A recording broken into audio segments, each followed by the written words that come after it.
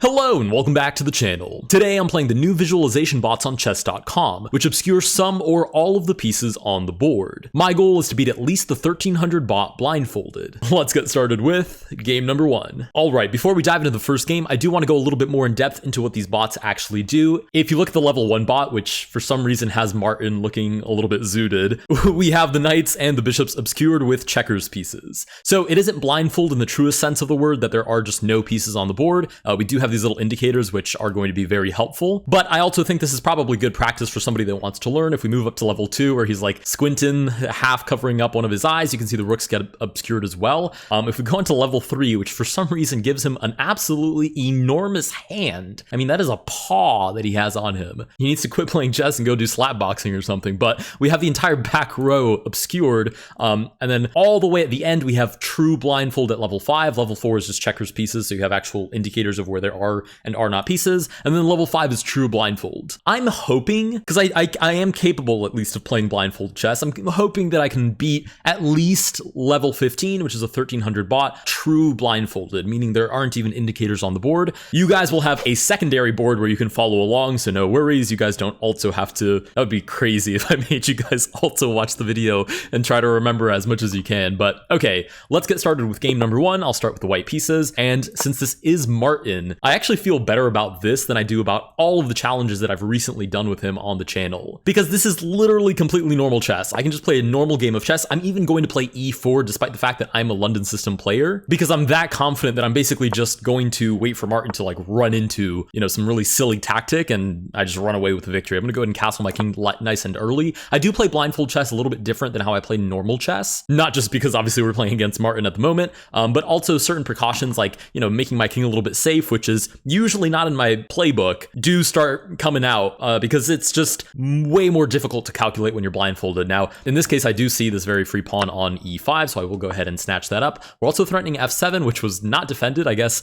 since it's not a mate in 1, Martin doesn't really care. He plays a5 instead. The real question is Martin also blindfolded? We'll go ahead and just take on f7. King to e7 is, oh, not forced. King to f8. See, I do have a harder time calculating when I'm blindfolded. But interestingly enough, I do believe that most players after a certain point are very capable of playing blindfold chess, because it's less about like raw ability to remember 32 pieces on the board just randomly as if they were like sporadically placed, and has more to do with remembering patterns. For instance, I wanted to play queen to f3 to put the king on the same file as the bishop so that I could set up a checkmate in 2, because again, Martin always sees checkmate in 1. So then I would have an idea like maybe a discovered check, and if the king moves out of the way, I do have checkmate. Obviously, Martin this early on in the game could play like queen to f6 or something, but broad strokes ideas. And by just thinking about the fact that I want to play queen to f3 and put it on the same file as the king and the bishop, I already have this sort of remembered interaction, right? I have this one sort of scenario in my brain that I'm remembering, which allows me to remember 3 pieces at once, or 4 pieces, because I also have to justify why is the bishop even there? Well, it's defended by a knight. So now I have one big interaction that justifies 4 pieces. And if you wonder, well, then how did the knight get to e5? Well, it's because I took a free pawn. So now I know that a pawn is missing because of this singular interaction, which now encompasses 5 pieces, and so on and so forth. It's more like remembering the position in chunks than it is, you know, where every individual piece is. Now, there is one individual piece that interests me quite a bit, which is the knight on e2, which is free. So I will go ahead and snatch that up. Again, because it's in the way of me playing queen to f3, I know that knight to e2 must be something that I can capture with my queen. We do get queen to h4. Surprisingly, that actually doesn't blunder anything. I'm going to play g3 just to be annoying and see if I can grab the queen. We do get pawn to g5. Shout out Martin for his charitable donation. Now, interestingly enough, I think it's going to be more difficult to play blindfolded, or at least finish off Martin blindfolded, than it is against the other bots. Because again, if I'm playing based on patterns and Martin is playing crazy stuff like just randomly hanging the queen and then like defending it with a pawn or something, these are not normal like chess tropes that are like easily remembered. So it might actually throw me off a little bit more than I'm kind of hoping, but let's play queen to f3, continue with that original idea. We get pawn to b5. Is there any universe where I force mate? I'm wondering if bishop d5, king e7, queen f7, king d6. Is there anything there and I'm just like missing something super obvious? Do I have queen to f8? No, because the rook can see my queen, I think. I'm still going to play bishop d5 anyways, because I think king e7 is forced, right? We do have king e7 on the board. Can I play check and then queen g7? Oh, we get king back to d8, and that does not walk into mate because there's a bishop on c5. Okay, I will say it's also helpful to know that Martin will never fall for mate in 1. I'm using everything that I have at my disposal basically to my advantage here. So the king does slide back. I can just take on g7, threaten the queen. Oh, there is nothing on g7 because he played g5, h4 again. These very sporadic sporadic moves are incredibly difficult to remember, but we do get pawn to h3, so I can take this rook. King e7, I believe, is forced. Wait, what? What is back here? The knight that was here came from here. There's still a knight on g8. That wasn't even check. Okay, I have no idea why he took here. I'm just gonna take back with the rook. But okay, now we have this knight pinned, so I can take with check. There has to be checkmate here somehow. King comes up to e7. I think just queen f7, queen f8, regardless of where he plays, will be checkmate. So queen to f7. King to d6. Oh wait, is my knight on e5 hanging? I actually think it is. I think I have to play d4. Yeah, I think I have to play d4 and defend my knight. Okay, we get pawn to c5. Surely played because it opens up c7, so the king is no longer getting mated in one on f8. But can't I just play check, king back, and then queen takes his mate anyways? Check. Hopefully I'm remembering this correctly. We take, that is not mate. Why is that not mate? Ah, there's a king on b8 now because there's a knight that has been removed from there. Okay, queen d6 mate? No.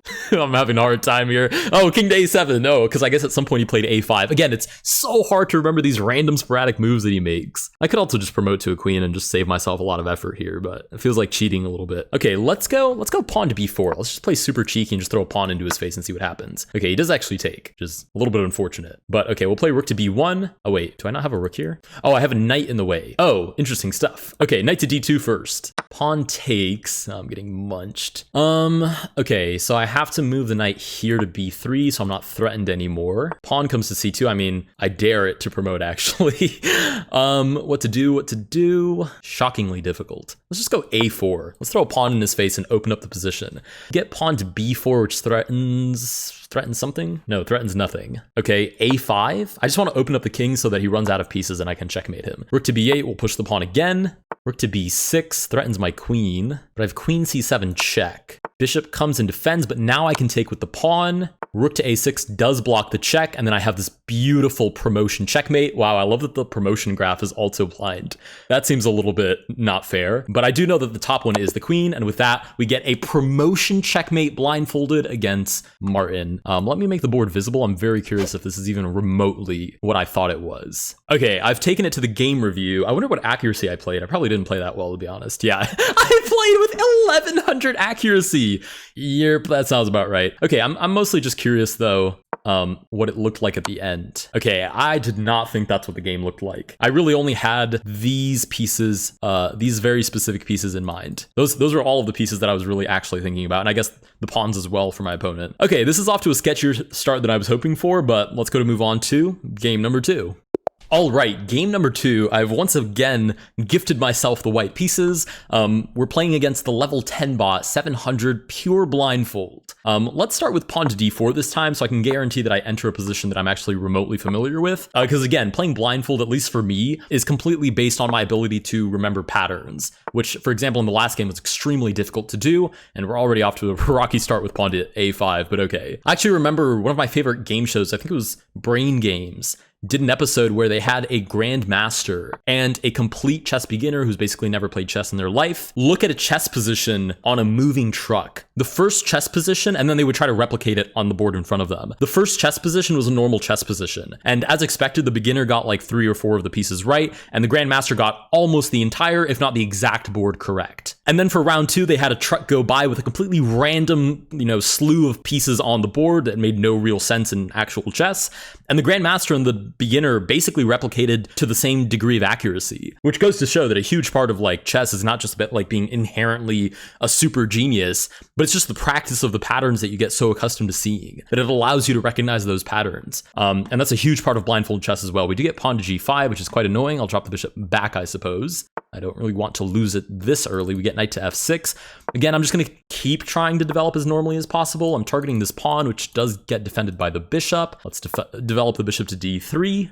I mean, this is an incredibly cramped and sort of awkward position that the bot has put itself in, but nothing that I can like immediately take advantage of. So let's go knight d2 and hope that it castles kingside. Okay, knight f back to d7. It's a very curious decision to make. How slow should I go in this game? Let's go queen to e2. I'm going to play it nice and slow. I want it to castle. Get knight to b6. Castling does not seem to be on its agenda at the moment. Okay, we'll continue with knight to e5. I'm still optimistic that it eventually will castle. What? Is that just free? Bishop to h3? Why can't I take you? Okay, that's a free bishop. And now if it castles, it's especially toast, right? If it castles now, rook g1, and that is free Shavakadu down the open file. I just have to move this bishop out of the way. Okay, knight to d7. I'm simply up a piece. So you'd imagine I could also just trade off pieces. Let's take on d7.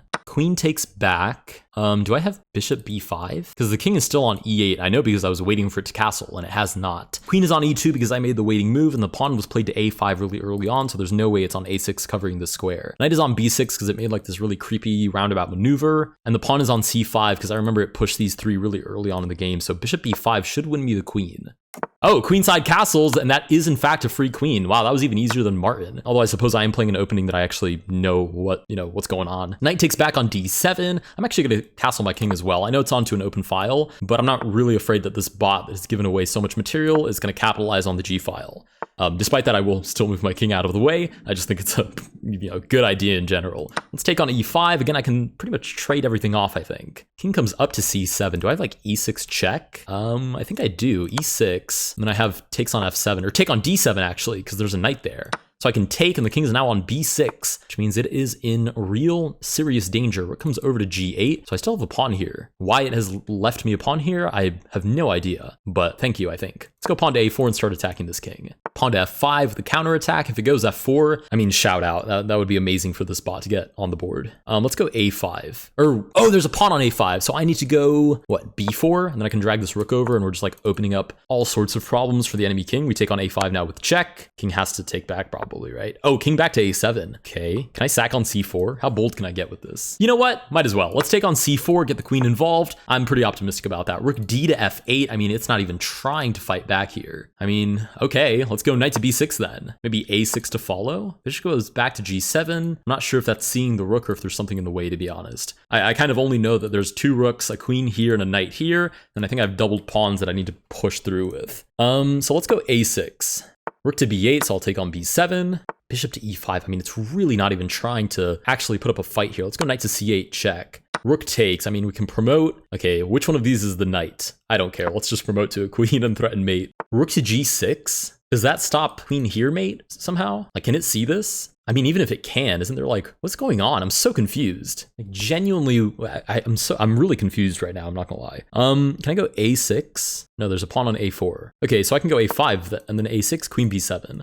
Pawn to f4, I don't think I care. a6 threatens mate. Rook to b6, I mean, stops the mate, to be fair. Queen c7 wins the rook, though. Oh, bishop takes! No! Why? The queen is gone. The extra queen is vamoosh. I don't think I'm beating a 1300 at this level. Okay, can I take on f4? Just petty revenge. Pawn comes up to h5. I think I can take that as well. Bishop goes back to d8. Let's go queen to h8, threaten the bishop. Rook goes to b8, so it's actually stopping me from taking the bishop. Queen g7, I suppose. G takes f4. What's on d7? Is that a knight that's just been sitting there? Can I take this? I can't. Why can't I take that? I'm really confused. Okay, I'm gonna take this back on f4. Oh, that's a bishop? Okay, shout out. Rook to b5. Let me slide the queen back to f8. Why can't I take you on d8? Bishop to a5. It moves out of the way. I suppose I can't take because of mate or something. Can I go queen to c8 though? I can. Okay. Bishop goes back to d8. That should be free, so I'm gonna grab it.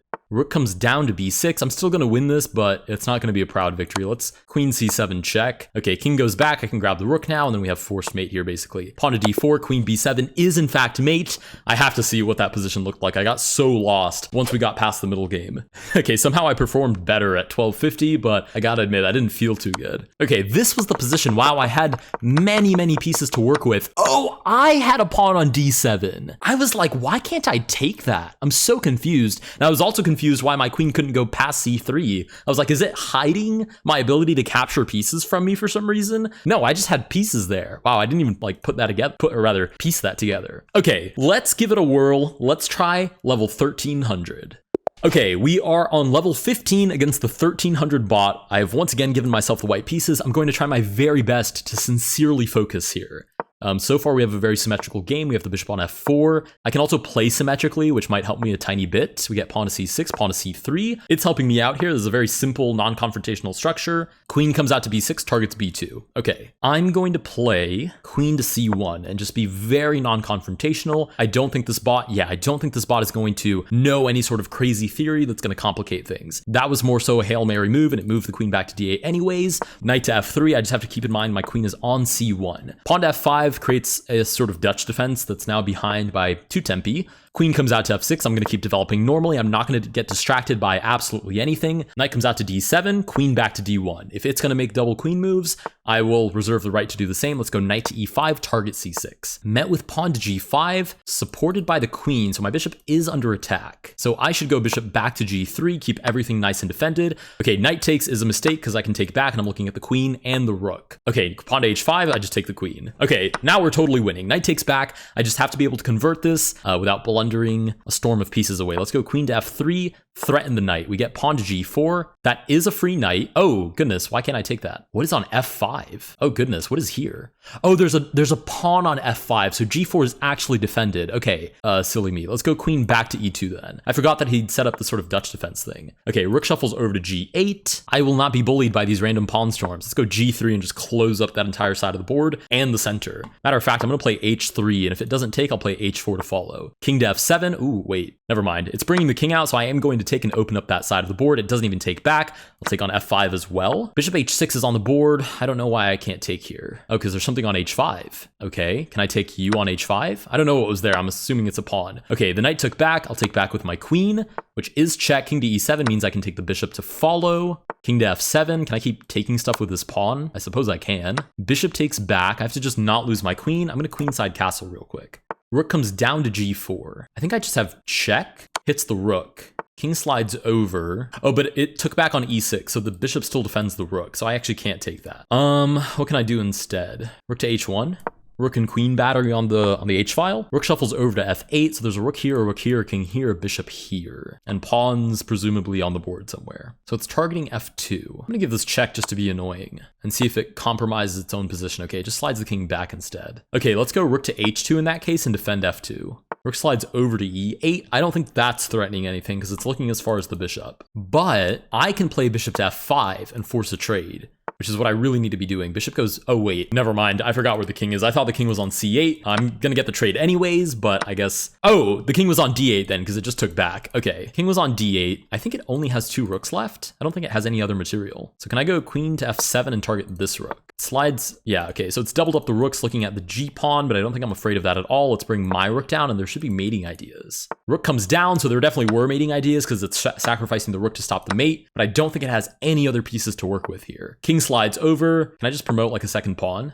Should be totally fine. Yeah, it's just moving the king around at this point. Yeah, push, push, push. Pawn to c5. I don't think I care. I'll slide the queen over 1 and just go for promotion. a4, I push again. Pawn takes, who cares? Because with promotion, I'm gonna get my favorite type of checkmate, invented by Spidermate in 2008. We get pawn to g8 equals queen, ladders, mate. With that, we do in fact defeat the 1300 elo bot. I'm pretty sure I'm not gonna be able to defeat the next level bot because it's an enormous jump upward, but I'll give it my best shot. Okay, I want to be optimistic, but realistically, this is the last bot that I'll be able to face off against because it is rated 2000. Normally, this is a bot that I feel I would like 80 to 20 pretty easily dismantle, but I'm not going to be able to see any of my pieces or do deep calculations, so this is going to be kind of sketch. Let's start with pawn to d4. Knight to f6, sure, so far a normal London. I'm happy with this. Pawn d6 is fine. Pawn to e3. d5 would be ideal. We get c5 instead. It's already playing a challenging opening. We'll play c3. Knight comes out to d5. I'll drop the bishop back. I feel like if I play this a little more quickly, I might benefit from that. Queen to b6. I'm just going to give it the queen trade, I'm going to be honest. It does in fact take. We'll go ahead and take back. It takes on d4. I think I take this way, so I have this pawn island, and I don't just have like these isolated b pawns if I take with the c pawn. Knight to c6. I mean, so far so good, but I can see myself losing this position little by little. Knight to f3. We're met with pawn to h5. I assume looking for h4, so I'll play h3. Bishop to e7. Now I go back to normal development. This I'm okay with. Pawn to f5. What are you trying to do to me right now? f4, I guess, traps my bishop. Can I do anything about that? Can I play bishop to e5? I think that's okay, actually. Knight takes, I'll just take back. Knight to f4. Ah, okay. Knight to f4 threatens my bishop, threatens g2, but I really don't want to move this back. That looks really lame. Do I have a choice, though, is the question. I don't think I do, actually, so I'm going to go ahead and concede. Bishop back to f1. Pawn to d6 boots the knight. I can already tell I'm in an inferior position. Let's try and trade off this knight, though. Knight takes. Okay, we do get that traded off, which is a bit of a relief. King comes up to f7, and now we've entered an endgame where I'm really just not super clear on the position anymore. Can I take that? No, that was traded off, and I took with this pawn. Okay, I'm just really not even super clear on what's going on right now. Let's go b4 because it makes this pawn structure a little more sound. We get bishop to d7. I'm going to castle my king out of the way. Pawn to a6. Let's bring the rook to the open, semi-open file, some species of file. Bishop comes up to c6. I'm just really losing the position. I know it seems silly, but because I don't have any clear threats, I'm like not totally sure what's going on right now. Can I go knight back to e5? What? Oh, I have a bishop here? Yeah, see, I'm toast right now. Okay, let me double up the rooks then. Rook slides over. Why can't I double up? Questions? Oh, I have a knight here. So knight d2 actually connects my rooks, which means it also has another minor piece that I'm just not remembering because I'm only thinking of the bishop on c6. Haha, how interesting. How curious. How fun. Okay, let's go knight to f3. Just keep developing. Knight to e5, I do want to play. Oh, bishop to f6. Okay, so that's the other piece that it has. Am I doubled up yet? No, I'm not. I just have like this bishop defending my rook. So I'm going to double up right now. Rook slides back, presumably defending this. Knight to e5 check. Oh, pawn takes! There was a pawn on d6. Okay, and we've lost the plot. I thought the pawn was on d5. This bishop, I should have been suspicious that this bishop was looking at a pawn on d5. But I thought I had check there and then I could trade off the bishops or force it to take. But it seems that I have forfeited an entire piece for no reason there. So this is the beginning of the end, it seems. I can't even play pawn to e6. What does it have there that I can't play that? I don't know. I've lost the plot. I really don't know what's happening. I'm gonna go ahead and just graciously resign because I'm really not even sure what the situation is. I'm super curious to see what the board looks like. I'm less curious to see what my accuracy is because I'm imagining it's terrible, but oh, I played at 1900. Okay, that's not terrible. That's also because I forfeited after I blundered the piece, but oh, there were way more pieces on the board than I thought. I thought this was all open. I was genuinely talking smack through the middle of the game about, oh, connecting the rooks and what have you. This wasn't even open. It was defending e6, and I didn't even realize that. I thought there was tension here. Well, that explains a lot. Anyways, with that, we do in fact lose to the 2000 ELO bot. If you guys did enjoy this video, please consider liking and subscribing. Let me know down below if I should do any other freaky challenges that I'm not thinking of with these new visualization bots. I do actually think they're probably a good way to start practicing playing blindfold chess. If you have some experience playing chess, you have the pattern sort of in your head already, and you just want an easier sort of transition into playing actual blindfold chess, I think this is pretty reasonable. So I'll leave these linked down in the first link down below in case you guys want to try your hand against these guys. Thank you guys so much for watching, and I'll see you guys in the next one.